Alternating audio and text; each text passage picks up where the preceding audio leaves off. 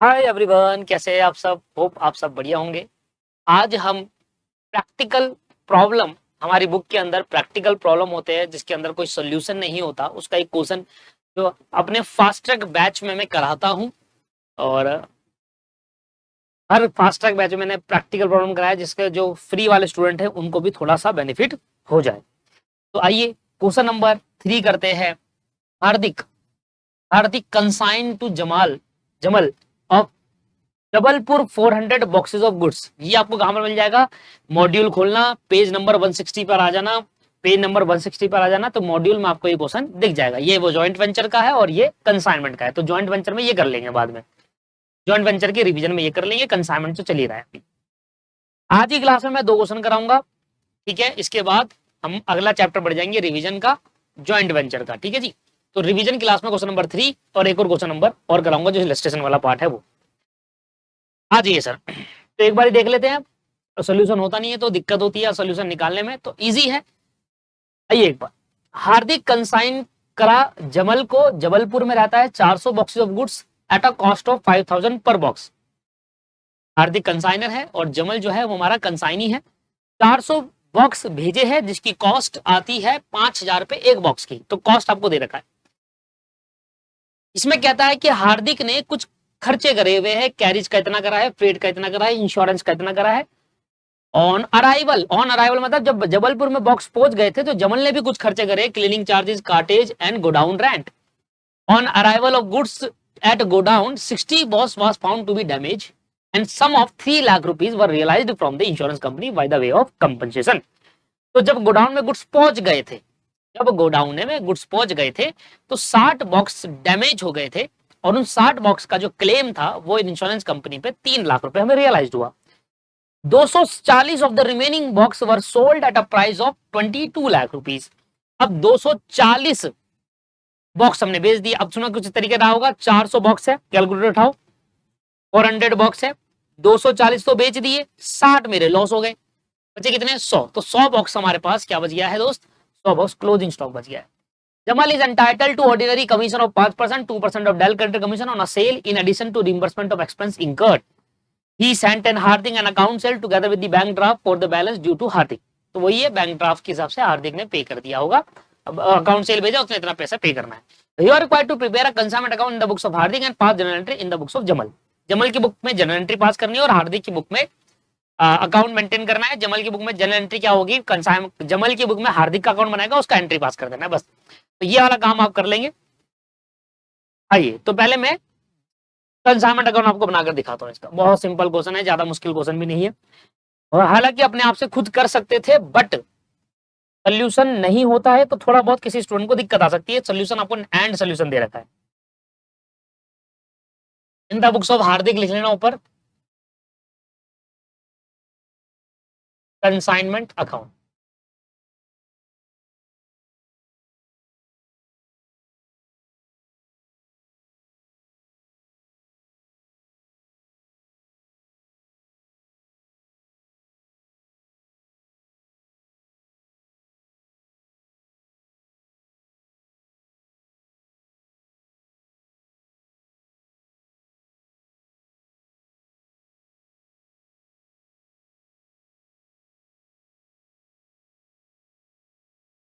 चलिए करें। सबसे पहले to goods sent on consignment.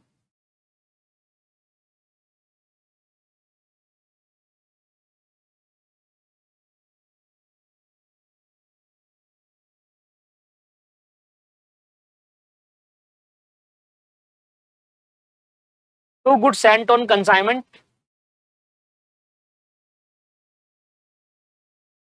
400 box है और 5000 पे एक बॉक्स का है और ये इनवॉइस प्राइस में नहीं है सर, ये कॉस्ट प्राइस है, तो लोडिंग का कोई कॉन्सेप्ट इस क्वेश्चन के अंदर नहीं आता। ठीक है सर, 400 इंटू 5000 क्या आ जाएगा सर? 20 लाख, 20 लाख।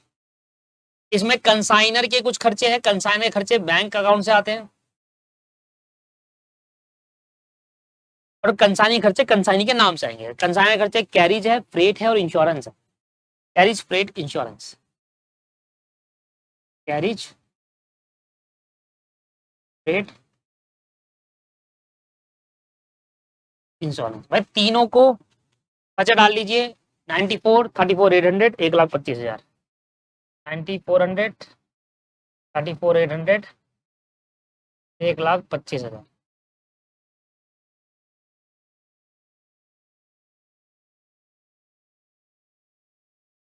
1,69,200।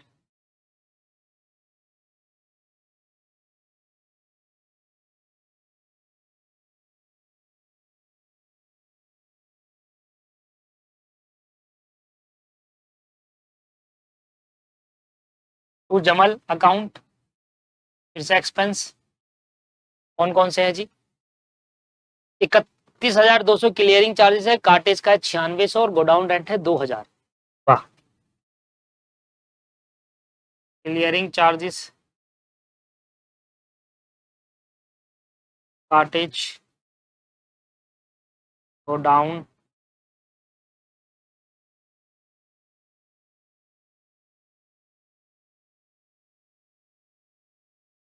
$31,200, 9600 और 2,000। 31,200, 9600 और 2,000 क्या रहेगा? 42,800। ठीक है सर, इतना क्लियर हो गया। इसके बाद अगला आ जाता है कमीशन। कमीशन के लिए सेल हमें बता रखा है कि सेल हमने कर दी है 22 लाख की। यहां लिख दो बाय, फिर से जमल, ब्रैकेट में लिखो सेल 22 लाख की। यहां लिखो टू जमल, ब्रैकेट में लिखो कमीशन। देखो 22 लाख का, देखो अलग अलग लिखना है आपको। ठीक है जी, अब मैं एक साथ लिख रहा हूं क्योंकि दोनों ही सेल पे निकालना है, 5 और 2 7% का। मैं एक साथ लिख रहा हूं, बस आप अलग अलग करके लिखेंगे, मेरे पे जगह नहीं है, देखो नीचे जगह नहीं बची। तो 22 लाख का 7%, 1,54,000 रुपए। ठीक है सर, यहां तक क्लियर हो गया? किसी को कोई डाउट है? यहां तक कोई डाउट नहीं है। उसके बाद अब आ जाएगा क्लोजिंग स्टॉक का, डिस्ट्रॉय का, सब कुछ का ट्रीटमेंट कर लेंगे। ठीक है जी, यहां पर आ जाएगा bye stock on consignment.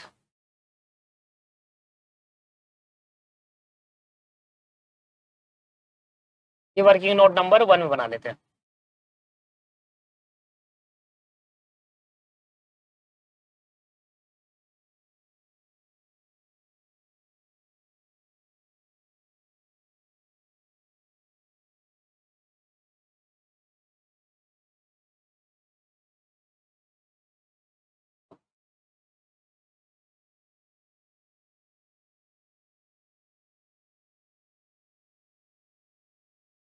Stock on consignment,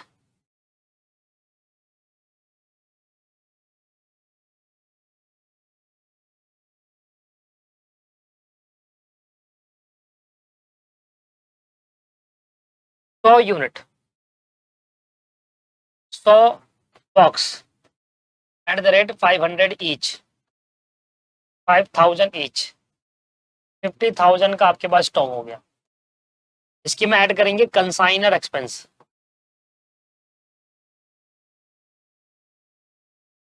consignor expense add करने के लिए हमें टोटल कंसाइनर एक्सपेंस देखो कितने हैं।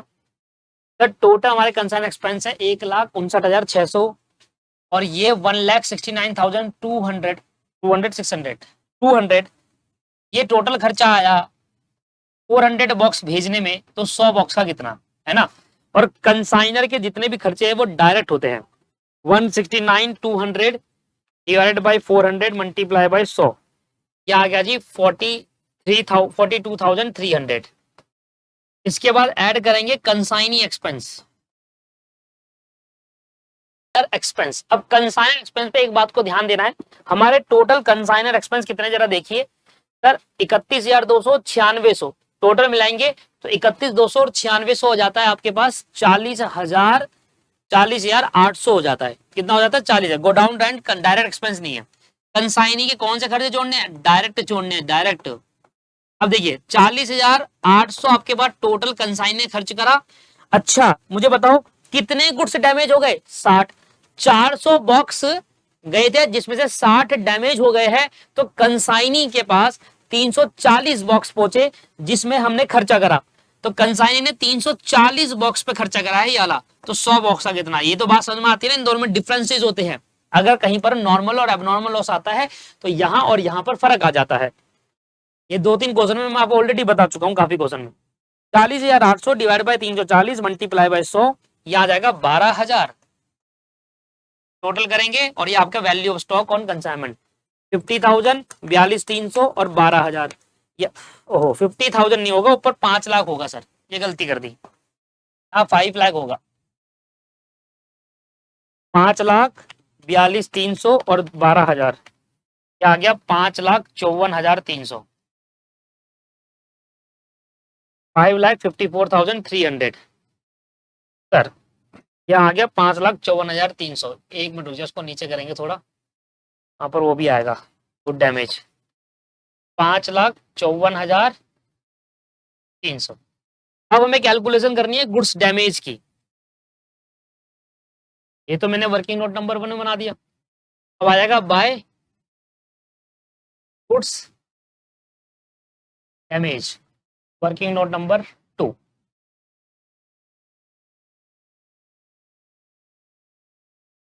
गुड्स डैमेज बताइए, cost of 60 box at the rate 5,000 each कितना आता है जी?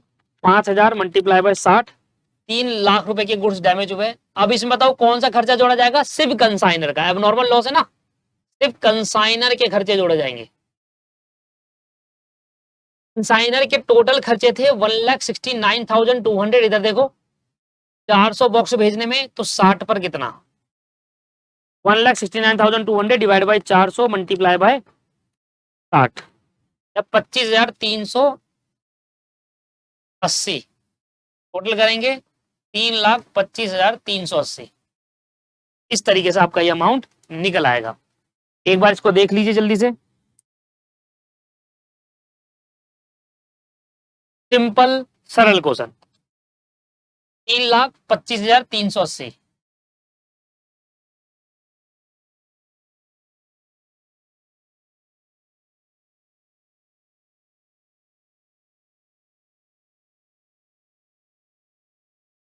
3,25,380 सर टोटल करिए, आंसर निकालिए। 22 लाख की सेल है, 3,25,380 और 5,54,300, यह आ गया 30,79,680, 30,79,680 माइनस 1,54,000, 42,800, 169,200 और 20 लाख, यह आ गया 7,13,680, 7,13,680। यह आ गया टू प्रॉफिट ऑन कंसाइनमेंट। अब आप आंसर मैच कर लीजिए, मैच कर जाएगा आपका।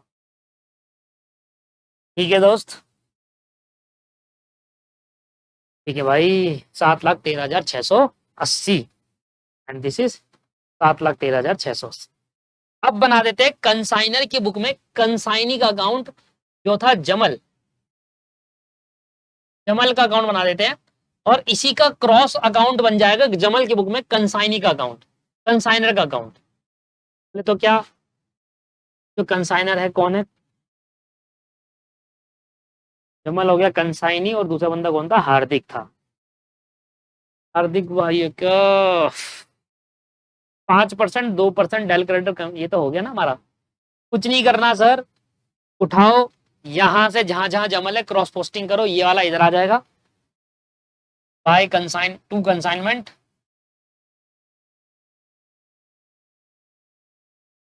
टू कंसाइनमेंट ब्रैकेट में लिख दो सेल 22 लाख की। यहां लिखो बाय कंसाइनमेंट ब्रैकेट में लिखो, एक तो एक्सपेंस है, फिर लिखो बाय कंसाइनमेंट और एक कमीशन।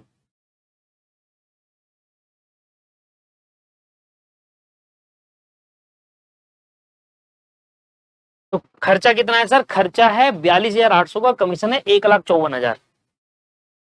42,800 का खर्चा है, 1,54,000 आपके पास है। तो मुझे बताइए कितना ड्यू अमाउंट है जो पे करना है। मैं वेट कर रहा हूँ, जल्दी से पहले आप निकालो और कमेंट कर दो, जिससे ये तो पता लगेगा कि हाँ भाई कर भी रहे हो आप। ये ऐसी है, नहीं नहीं ये कर नहीं रहे, ऐसी है बस ठस।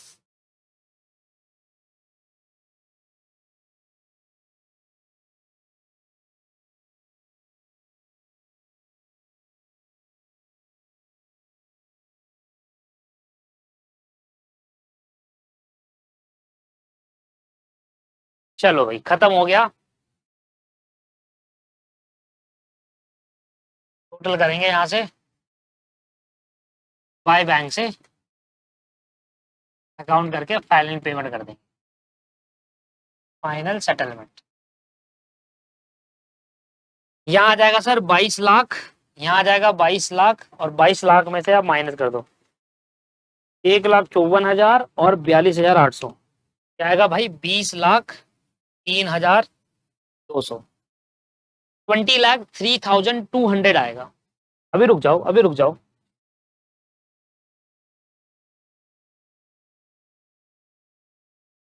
सेम अकाउंट एक और बार बनेगा, बस फर्क क्या आ जाएगा, उल्टा हो जाएगा ये।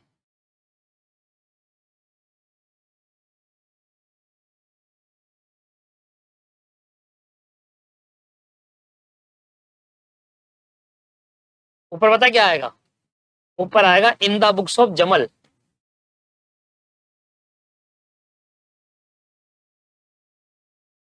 और नीचे आ जाएगा हार्दिक अकाउंट। क्रॉस पोस्टिंग होगी कैसे? ये कहेगा मुझे पैसा लेना है, इसकी एसेट है इसलिए डेबिट करा। ये कहेगा मुझे देना है, इसकी लायबिलिटी है।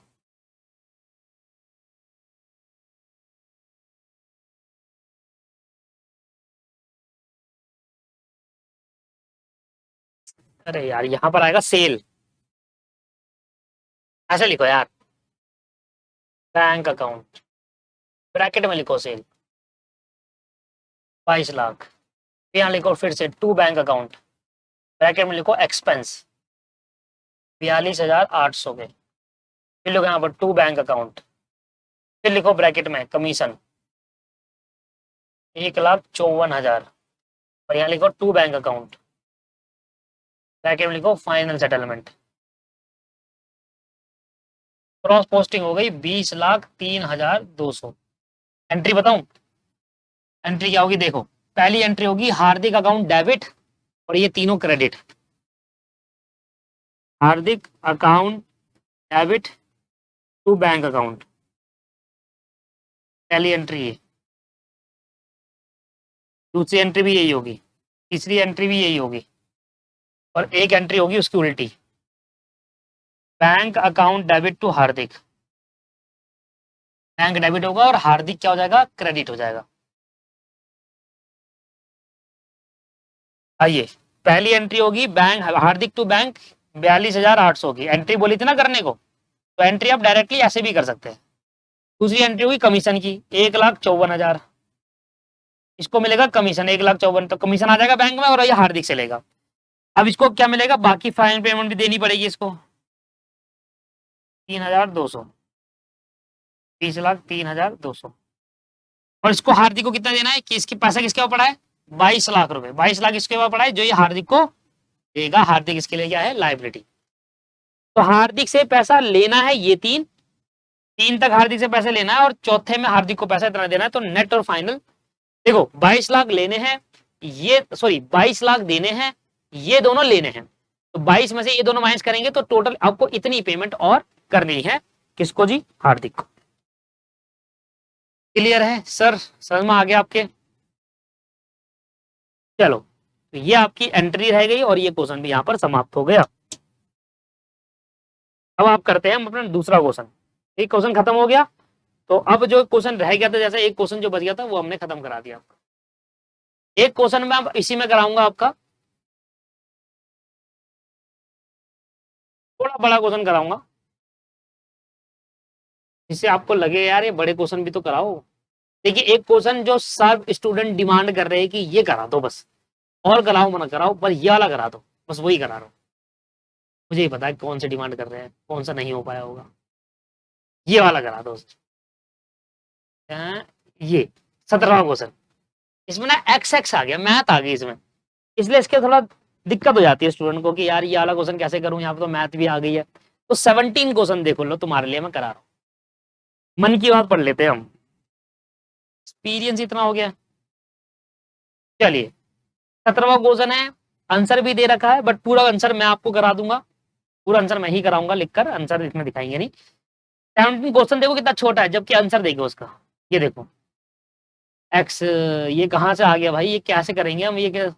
इसलिए स्टूडेंट, मेरे पेड स्टूडेंट, मैंने पेड में भी नहीं कराया था, मैंने कहा था खुद करो, हुआ ही नहीं किसी से, इसलिए क्वेश्चन करा रहा हूँ। जो हमारे पेड वाले स्टूडेंट है वो भी कर ले, और जो नॉन पेड वाले हैं वो भी कर ले, उनको भी बेनिफिट मिल ही जाए। आइए क्वेश्चन पढ़ते हैं दोस्तों। क्वेश्चन को अगर आपने ध्यान से नहीं समझा ये वाला, तो आपको नहीं समझ में आएगा, मैं उसकी बात की क्लियरली कह रहा हूँ। मैं जानबूझकर ये क्वेश्चन करा रहा हूँ, नहीं तो मैं पेड वालों को ही कराता, बट मैं चाहता हूँ ये क्वेश्चन सभी जने कर ले, क्योंकि बहुत मुश्किल होगा और बहुत ही रेयर आपको यूट्यूब पर मिलेगा।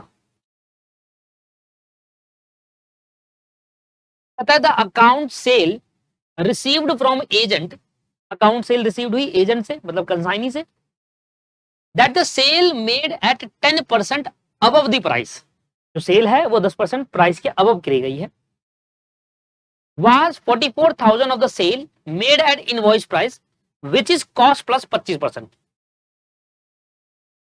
अब ये वाली लाइन आपको समझ नहीं आई होगी, कोई बात नहीं, आगे बढ़ जाते हैं। अभी एक क्वेश्चन एक बार नहीं पढ़ेंगे, कई बार पढ़ेंगे क्वेश्चन, तब आगे समझ में आएगा।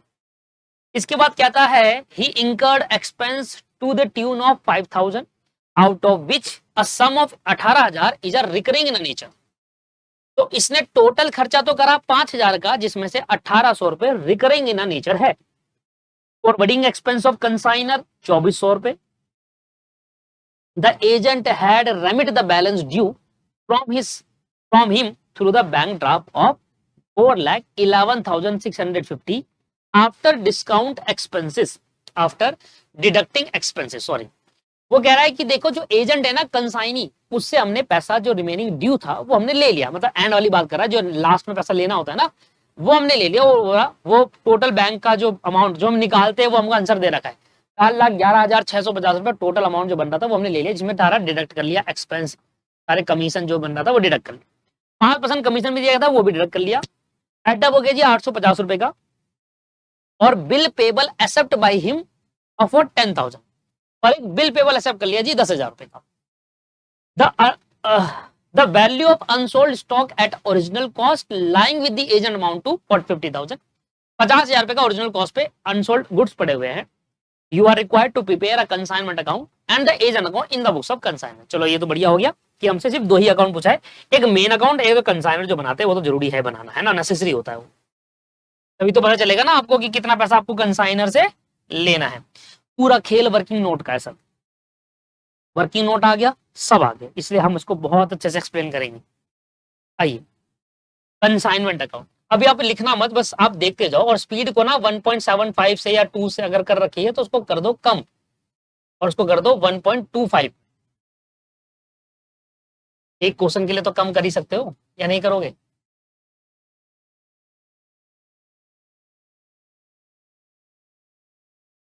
मुझे पता है कोई रिकॉर्डेड का एक ही बेनिफिट जो स्टूडेंट को लगता है कि मैं सारी क्लास अपनी 2 की स्पीड से देखूं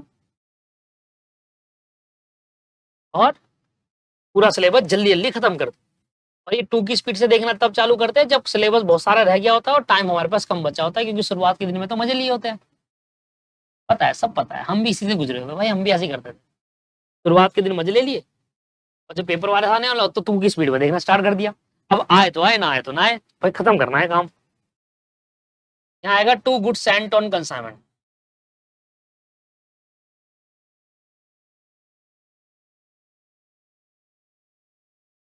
ठीक है, यहाँ पे आएगा बैंक अकाउंट कंसाइनर के खर्चे। अच्छा कहीं पर एजेंट का नाम दिया हुआ है क्या? नहीं, एजेंट का कहीं पर नाम नहीं है।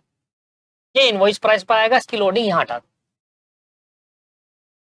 तो गुड्स सेंट ऑन कंसाइनमेंट, ये आ गई लोडिंग। सारा हिसाब किताब डाल देता हूँ जल्दी से। बाय एजेंट, ब्रैकेट में लिख देना सेल जो एजेंट ने करी, ये तो उसके खर्चे हो गए। यहां डाल देता हूँ एजेंट के खर्चे। एजेंट के खर्चों को दो भागों में बांटा है, एक रिकरिंग एक non recurring. Recurring expense, non recurring expense. फिर इसके बाद एजेंट को जाएगा कमीशन,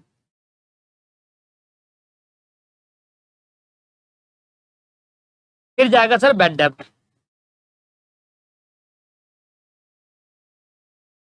बस। हाँ, क्लोजिंग स्टॉक का स्टॉक रिजर्व लोडिंग। यहां आ जाएगा sir by stock on consignment. कोई गुड्स डैमेज वगैरह तो नहीं हुआ था। अब सबके लिए वर्किंग नोट बनाना पड़ेगा, मतलब बेसिकली जो जो चीजें आनी चाहिए थी वो सारी डाल दी मैंने।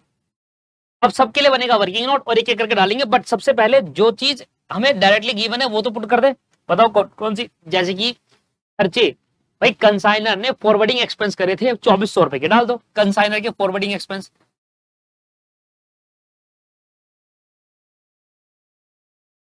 2400 रुपए यहां पर आ गए।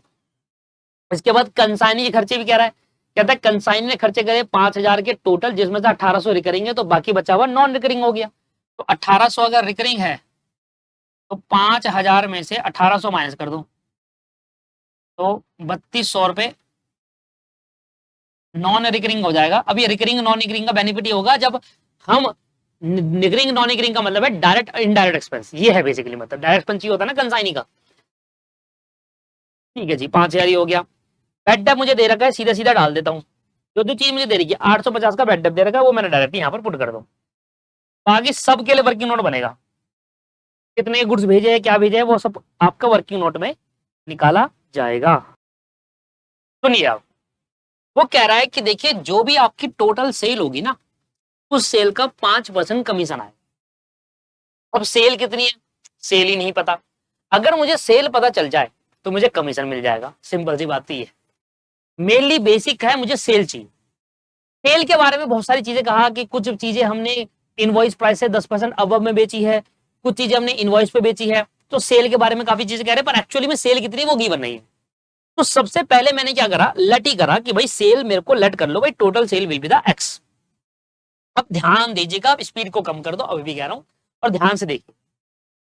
ये बना working note, let the total sale, let the total sale be X. अगर दोस्तों टोटल सेल को मैंने एक्स मान लिया, क्योंकि मुझे गिवन नहीं है, मैथ की मदद ले रहा हूं मैं। अगर मैंने टोटल सेल को एक्स मान लिया तो एक्स का टोटल सेल का 5% कमीशन देना था, तो ये तो कमीशन कैसे निकलेगा जी? कमीशन जो होगा वो टोटल सेल का 5% होगा। तो अगर टोटल सेल मेरी एक्स है तो एक्स का 5% कमीशन होगा। 5% का मतलब क्या हो गया, 5/100, 0.05x। कमीशन कितना होगा, 0.05x होगा। तो ये कमीशन आ गया और ये मेरी एक्स होगी टोटल सेल। तो दो चीजें आपको समझ में आई, मैंने टोटल सेल को एक्स माना और जैसे ही मैं एक्स की वैल्यू निकलूंगा ऑटोमेटिकली मेरा कमीशन भी निकला है। अब फर्दर कहानी करते, फर्दर कहानी देख लेते। देखिए सर, एक बात जो हम हर बार निकालते हैं वो हमें पहले से दे रखी है कि फाइनल में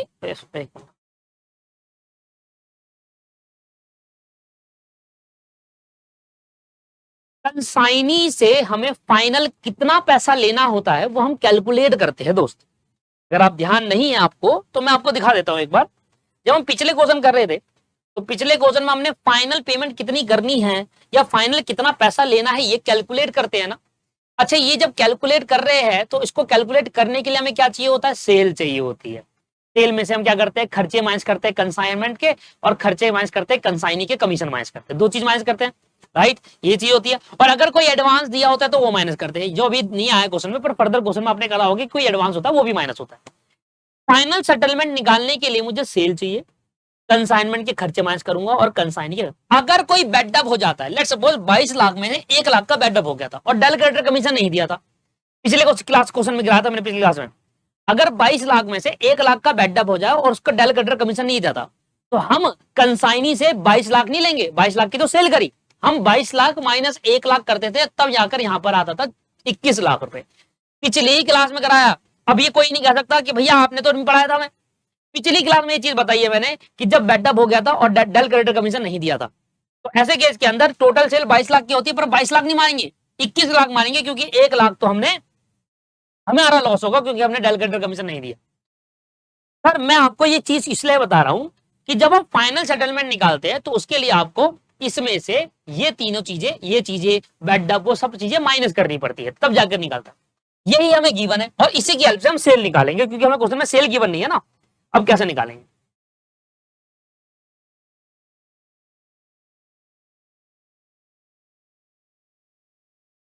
final remittance amount paid by agent, final remitted amount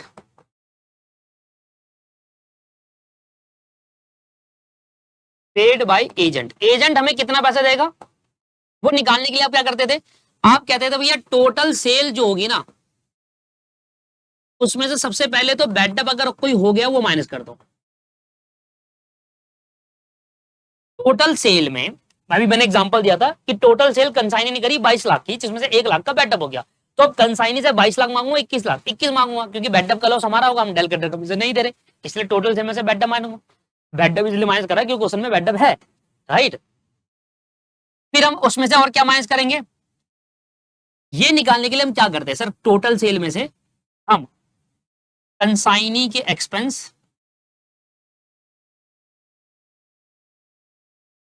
consignee के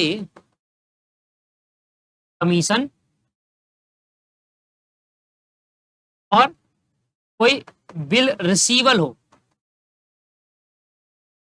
एडवांस दिया हो या फिर कोई बाद में बीआर बना ले कि अभी मेरे पे इतने पैसे नहीं है तो उसका बीआर बना लो बाद में दे दूंगा। एग्जांपल देख लेते हैं। कंसाइनी ने हमें 22 लाख रुपए देने थे, जिसमें से 22 लाख की सेल करके बैठा है भाई वो, लेट एग्जांपल ले रहा हूँ, 1 लाख रुपए बैड डेट हो गया तो हमने पहले ही घटा लिया कि अब तुम्हें 21 लाख रुपए देने। कंसाइनी के खर्चे और कमीशन माइनस करके 5 लाख जोड़ लो, तो कमीशन 21 लाख में से 5 और 6 लाख घटा लो, 15 हो गए। अब 15 लाख रुपए commission final remittance paid by agent 15 lakh रुपए देगा। पर कंसाइनी ने कहा कि भाई 15 लाख तो मेरे पे नहीं है, एक काम करो 2 लाख का बिल ऑफ एक्सचेंज साइन कर लो मेरे से, 13 लाख रुपए आपको मैं भी दे देता हूं पूरी फाइनल पेमेंट, और 2 लाख का बीआर बना लो, BP BR bill of exchange sign कर लो, वो बाद में कर दो। तो अगर आप 2 लाख का कंसाइनी के साथ बीआर और बीपी बना रहे हो, बिल ऑफ एक्सचेंज साइन कर रहे हो, तो ऐसे केस के अंदर आप उसको फाइनल सेटलमेंट वाले अमाउंट से हटाओगे ना, क्योंकि वो पैसे नहीं तभी तो बिल ऑफ एक्सचेंज बना रहा है, तो रिमेनिंग अमाउंट जो 13 वो फाइनल पेमेंट करेगा। तो फाइनल पेमेंट आने के लिए आपने ये सब चीजें करी होगी। बात समझ में आ रही है नहीं आ रही? अब सर अब मेरे पे फाइनल पेमेंट मुझे क्वेश्चन में पता है, क्वेश्चन में फाइनल पेमेंट कितनी आनी है, 4,11,650 रुपए आनी है सर, 4,11,650 रुपए फाइनल पेमेंट आनी है। अच्छा इसको निकालने के लिए आपने क्या करा भाई, टोटल सेल आपको नहीं गिवन है इसलिए एक्स माना था, बैड डेट आपको क्वेश्चन में गिवन है, भाई जो भी टोटल सेल होगी उसमें पहले तो 850 हटा ही दूंगा, कहूंगा ये तो कंसाइनी को देनी ही नहीं है 850 रुपए।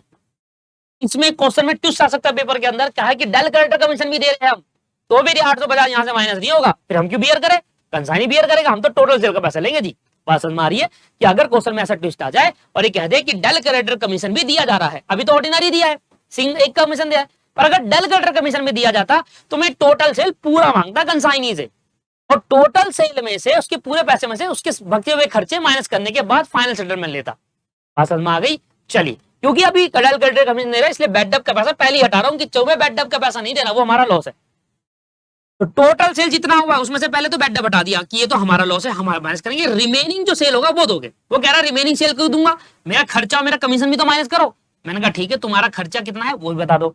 तो तुम्हारा इनका खर्चा कितना हुआ था सर, कंसाइनी का अगर आप खर्चा देखोगे दोनों मिलाकर 5,000 रुपए होता, तो कंसाइनी कह रहा है भाई टोटल सेल में से 5,000 तो खर्चा माइनस करूंगा, और कमीशन कितना है, कमीशन के बारे में हमने निकाला 0.05x, क्योंकि सेल नहीं पता तो कमीशन भी नहीं पता होगा, इसलिए 0.05 जो भी होगा कमीशन एक्स आएगा तो 0.05 ही तो लिख लेगा, है ना, टोटल एक्स का, इसलिए मैंने पहले कैलकुलेट कर लिया था।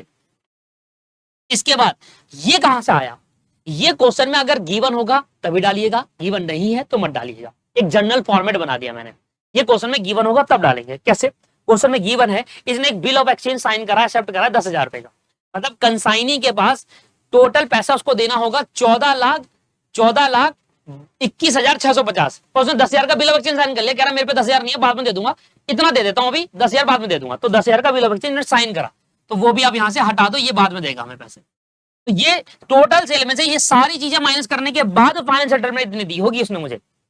बस दोस्तों, एक्स की वैल्यू निकालना बचपन से सीखते आ रहे हैं हम। एक्स माइनस 800, ब्रैकेट खोलो पहले, ब्रैकेट माइनस 5,000 माइनस 0.05x और माइनस 10,000। एक्स वाले एक साइड और विदाउट एक्स वाले एक साइड कर दो। 4,11,650 0.05x प्लस ये क्या है 1x, जो देगा 1.05x। सबको जोड़ लो, 10,000 15,850 हो गया, माइनस 15,850। विदाउट एक्स वाले जोड़ लिए, ये वाला और ये जोड़ लिया। ओहो, जोड़ना थोड़ा था, माइनस करना था। ये प्लस का है और ये माइनस का है, कितना आ जाएगा सर 95, 0.95। अरे एक में से आप 0.05 हटाओगे तो 0.95x आ जाएगा, और 5,000 10,000 और 850 15,000। ये इधर आ जाओ, 4,11,650 में जोड़ देंगे 15,850 आ जाएगा 0.95x, एक्स मत भूल जाना। 4,11,650 में जोड़ देंगे 15,850, क्या आ गया अभी 4,27,500 डिवाइडेड बाई 0.95 आ गई एक्स की वैल्यू 0.95। लो भैया, यहां पर आ गया मेरा टोटल अमाउंट एक्स। तो जो मेरा एक्स है वो कितना है सर, एक्स मेरा है 4,50,000। एक्स का मतलब पता है क्या था, सेल आ गया ना, सेल का अमाउंट 4,50,000। अभी मैं आगे आपको प्रूव करके भी दिखाऊंगा, ये आ गया सेल। अगर आपके पास सेल आ गया तो बताओ कमीशन कितना है, 4,50,000 का 5%, 22,500 का कमीशन आ गया। तो एक वर्किंग नोट से हमने सेल और कमीशन कैलकुलेट करा। ये पुट कर दो आप वहां पर, वर्किंग नोट नंबर 1, और ये आ गया वर्किंग नोट नंबर 1 सेल। 4,50,000 रुपए का कमीशन है, टोटल सेल है, जिसमें से 22,500 का हमने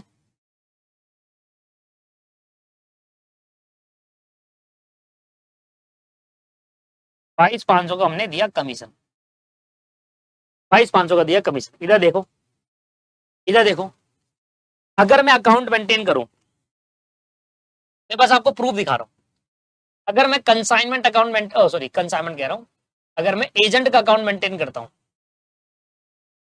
तो एजेंट के अकाउंट मेंटेन करने के लिए यहां पर क्या चाहिए होता है आपको,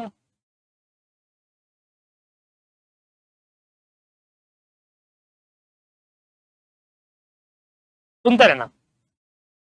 सबसे पहले कहोगे कि भैया सेल हुई, ऐसे कंसाइनमेंट सेल आएगा, 4,50,000 रुपए की सेल हुई, जिसमें से 850 मैं यहां से माइनस कर दूंगा, राइट। ठीक है, ये कहोगे ना, टोटल से 4,50,000 की हुई, जिसमें से 850 का हमारा माइनस कर देंगे, तो 4,49,150 हुआ। फिर कमीशन यहां से माइनस करोगे, खर्चे माइनस करोगे 5,000, कमीशन माइनस करोगे 22,500, और वो 10,000 रुपए BR माइनस करोगे, देन आपकी फाइनल सेटलमेंट आएगी। करके देखना, 4,49,150, 5,000 ये माइनस करा, 22,500 कमीशन माइनस करा, और 10,000 आपका ये माइनस करो, 4,11,650 एग्जैक्ट आएगा। ये चीज था, तो आपको बस ये गिवन नहीं था और ये गिवन नहीं था, इसलिए हमने एस की हेल्प लेकर ये दोनों वैल्यू हम से निकाली, ठीक है ना, क्योंकि हमें पहले ही पता था 11,11,650 आना, ये हमें पहले से गिवन था। क्लियर हो गया सर, अब डाउट कैसे कैलकुलेट करते हैं। तो पहला हमारा पार्ट तो हो गया कि कितने की सेल करी और उस पर कमीशन कितना बनता है। अब कितने गुड्स भेजे इनवॉइस प्राइस पे, उसकी लोडिंग भी तो निकालना है, और स्टॉक रिजर्व निकालना है। खत्म हो गया क्वेश्चन पेपर। मतलब ज्यादा मुश्किल नहीं था, बस ये मुश्किल बना रखा था क्योंकि एक्स दिख रहा था वहां पर, इसलिए मुश्किल लग रहा था आपको। अब दूसरा वर्किंग नोट हमारा है गुड्स सेंड टू कंसाइनमेंट, यही तो निकालना है।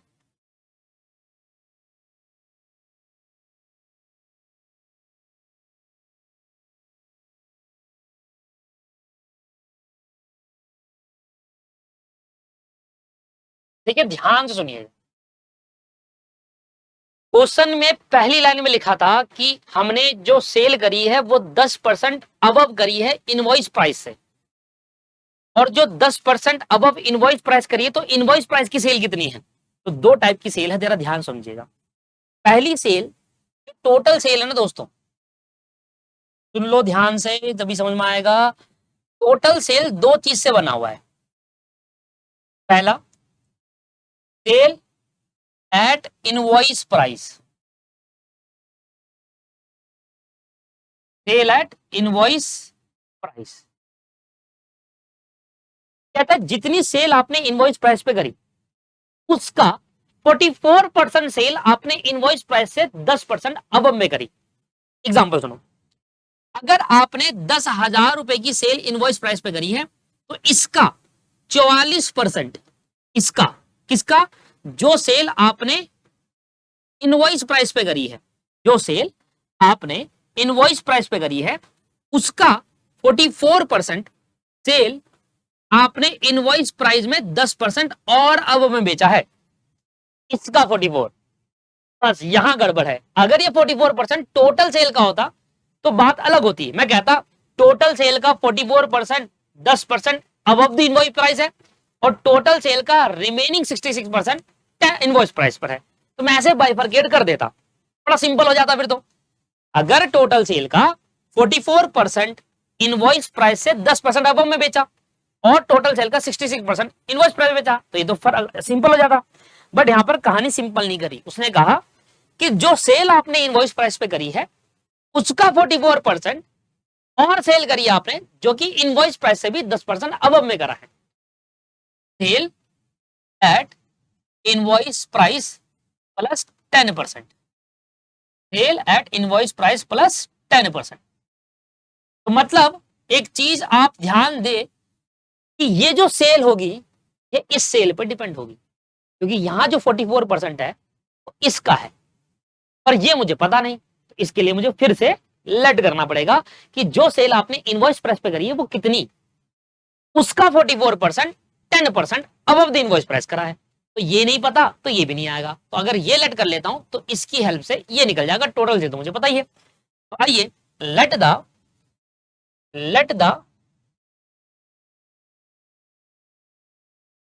The sale at invoice price, let the sale at invoice price be Y. Y क्यों लिया, क्योंकि एक्स में पहले ले चुका हूं दोस्त, अब यहां वाई लेट करना पड़ेगा। और sale at invoice price plus 10% कितना है, sale at invoice price plus 10% कितना है, वो है ये जो सेल होगी इसका 44%। अब ये बात कहां लिखी है मैं लिखवा देता हूं, ये आएगा 0.44 वाई। ये बात कहां पर लिखी है वो एक बार पढ़ लेते हैं। क्वेश्चन समझ में आ गया, क्या लिखा है वो समझ में आ गया, अब पढ़ो। कहता था account sale receive from agent disclose that the sale made at 10% above the price, above the price मतलब invoice price, 10% above the invoice price जो कि किसका है, कितना है, was 44% of the sale at invoice price. Sale at invoice price मतलब sale at invoice price जितना भी होगा उसका 44% सेल क्या होगा, अबव द इनवॉइस प्राइस होगा 10%। अब समझ में आया कि सेल एट इनवॉइस प्राइस कितना है, सेल एट इनवॉइस प्राइस है जो भी है, sale made at invoice price जो भी होगा उसका 44% of the sale at invoice price.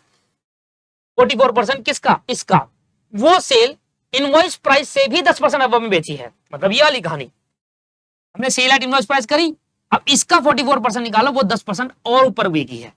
अच्छा इनवॉइस प्राइस यहां पर लिख देता हूं, इनवॉइस प्राइस कैसे निकाला है आपने ध्यान दीजिए। इनवॉइस प्राइस जो है वो 100 में 25% जोड़ा है तो 125 रुपए के बराबर है इनवॉइस प्राइस। बात का ध्यान रखिएगा, ये देखो 25% प्लस करा है कॉस्ट में, तो कॉस्ट अगर 100 है तो 25% इनवॉइस प्राइस। और इनवॉइस प्राइस प्लस 10% क्या होगा, जो इस वाली सेल का है तो ये होगा कि 125 तो इनवॉइस है, इसमें भी फिर से 10% और जोड़ दो तो ये कितने के बराबर होगा, 125 तो इनवॉइस प्राइस है ही, वो कह रहा है कुछ सेल 10% और ऊपर करी है तो 125 का प्लस करा 10%, 137.5। अब सुन लेना, ये दो चीज मैंने क्या बनाई है, ये जो सेल हुई है वो 125 पे हुई है और ये जो सेल हुई है वो 137.5 पे हुई है। ये सेल कितनी हुई है, जितनी ये सेल होगी उसका 44% हुई है ये सेल, और कितने पे हुई है वही बता दिया। अब आ जाओ, टोटल सेल है 4,50,000 की, 4,50,000 की टोटल सेल है। सेल एट इनवॉइस प्राइस मुझे नहीं पता, मैंने वाई मान लिया, और वाई का 44% ऑफ वाई है ये, यहां आ गया वाई, यहां आ गया 0.44 वाई, इसके आगे कुछ नहीं है तो 1 लगा दो, 4,50,000, ये आ गया 4,50,000, 1 + 44 क्या हो गया 1.44 वाई, तो यहां से वाई की वैल्यू निकाल लो, 4,50,000 डिवाइड बाई 1.44, वाई की वैल्यू आ गई 3,12,000, मतलब इतनी सेल मैंने करी है इनवॉइस प्राइस पर @125 के हिसाब से, समझ में आया? इतनी सेल आपने 125 रुपए के हिसाब से करी है, ये आपका इनवॉइस प्राइस है। अब दूसरी बात, कुछ सेल आपने, ये क्या है, ये हटा दो, अब कुछ सेल जैसे कि sale at invoice price plus 10%, sale at invoice price plus 10%, कितनी सेल, जितनी ये सेल करी होगी ना ये वाली सेल, इसका 44%, तो 3,12,500 का पहले तो 44% निकालो, 3,12,500 का 44% कितना हो गया, 1,37,500, इतनी सेल आपने करी है 10% अबव द इनवॉइस प्राइस, मतलब इनवॉइस प्राइस से 10% अबव, जो कि आता है @137.5 के साथ। ये @ जो मैं लिखा रहा हूं ना, ये आपके लिए लिखवा रहा हूं कि ये 125 रुपए के हिसाब से बेच कर इतने टोटल कितनी, ये जो सेल हुई है पर यूनिट 125 के हिसाब से टोटल इतना हुआ है, जो 125 के हिसाब से हुआ है, और ये पर यूनिट 137.5 के हिसाब से हुआ है, ये मैं इसलिए आपको बता रहा हूं। यहां तक क्लियर हो गया सर आपको, ये समझ में आ गई?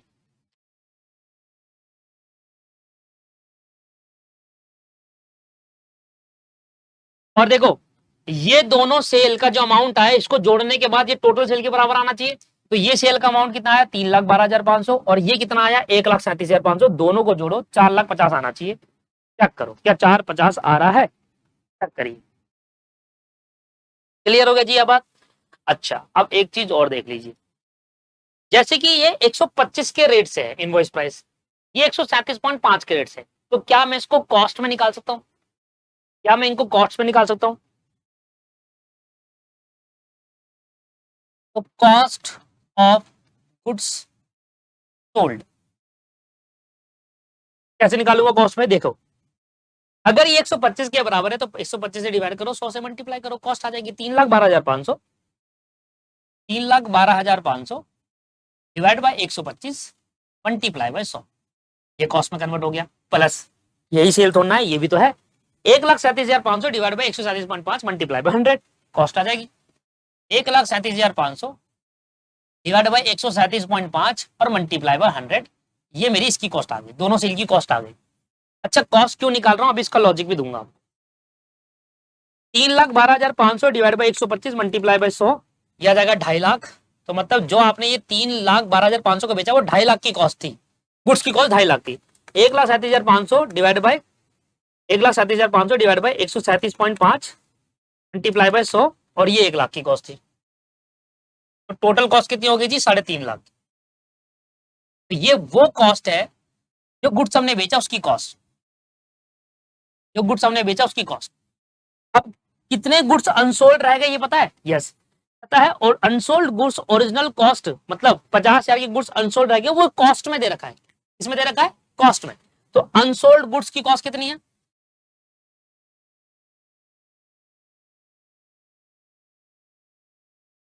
50,000, तो हम कहेंगे cost of total goods, total goods की कॉस्ट क्या है 350 है और ये 4 लाख। अब दो तरीके हैं आपको क्वेश्चन सॉल्व करने के, दो तरीके हैं क्वेश्चन को सॉल्व करने के, पहला तरीका मैं आपको करवाता हूं, या तो आप जब कंसाइनमेंट अकाउंट बना रहे हो ये इनवॉइस प्राइस पे लिखो ही मत, सीधा कॉस्ट प्राइस पे कर दो, क्योंकि कॉस्ट हमें पता है, इनवॉइस पे लिखो ही मत, इनवॉइस लिखोगे जैसे इनवॉइस प्राइस पे लिखोगे तो लोडिंग हटानी पड़ेगी, तो पहला तरीका क्या है आप ये कॉस्ट प्राइस पे लिख लो, इसको मैं एक और बार कॉपी कर रहा हूं जिससे दोनों तरीके से मैं आपको बता दूंगा, जोन सा पसंद आए वो कर लेना, ठीक है जी। तो मैंने यहां पर इसको इनवॉइस प्राइस पे लिखा, तो इसको हटा दो, इनवॉइस प्राइस पे लिखा तो उसकी जरूरत ही नहीं है, इसको हटा दिया। तो भैया मुझे बताइए sir, goods sent on consignment cost कितनी थी? जो गुड्स हमने भेजे 4 लाख के तो गुड्स है टोटल। ये देखो टोटल गुड 4 लाख के हैं, कैसे पता चला? सर 4 लाख के गुड्स में 50 या स्टॉक बच गया, 350 के बेच दिए। अब 350 के बेचे कितने में? 12,500 और 137, टोटल 4,50,000। क्लियर हो गया जी? 4 लाख के गुड्स है टोटल जो भेजे हैं। इसमें हमारा क्लोजिंग स्टॉक कितना है? 50,000। बेसिकली आप ऐसे समझो, 4 लाख की कॉस्टिंग के गुड्स भेजे, 50,000 बच गए, बचे 3,50,000। 3,50,000 के गुड्स 4,50,000 में बेचे, ऐसे समझो। अब स्टॉक रिजर्व नहीं आएगा, तब स्टॉक रिजर्व नहीं आएगा क्योंकि मैं कॉस्ट प्राइस पे लिख रहा हूं। टोटल कर लो, एंड आंसर मैच करेगा, एंड आंसर मैच करेगा दोस्त। 4,50,000 प्लस 50,000 आ गया जी 5 लाख। 5 लाख में माइनस करेंगे 850, 22,500, 5,000, 2,400 और 4 लाख। ये आ गया जी 69,250 टू प्रॉफिट ऑन कंसाइनमेंट।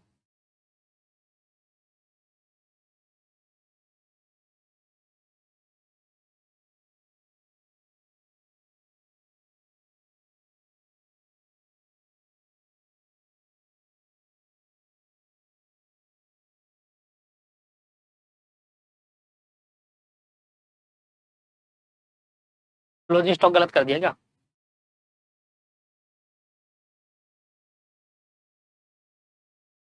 $50,700 आ रहा है क्लोजिंग स्टॉक। ओके, कंसाइने खर्चे जोड़े नहीं, इसलिए सही है, सही है सर। आंसर हमारा बिल्कुल ठीक है। मैंने यहाँ पे बस क्लोजिंग स्टॉक को डायरेक्टली कॉस्ट लिख दिया, पर कंसाइने खर्चे जोड़े नहीं।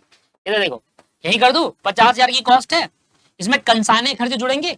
अब कंसाइने खर्चे देखो कितने हैं, 2,400 है, तो 2,400 कंसाइनर ने पूरे खर्चे करे कितने गुड्स भेजने में? 4 लाख के गुड्स भेजने में। तो 50,000 में कितना ना, याद है?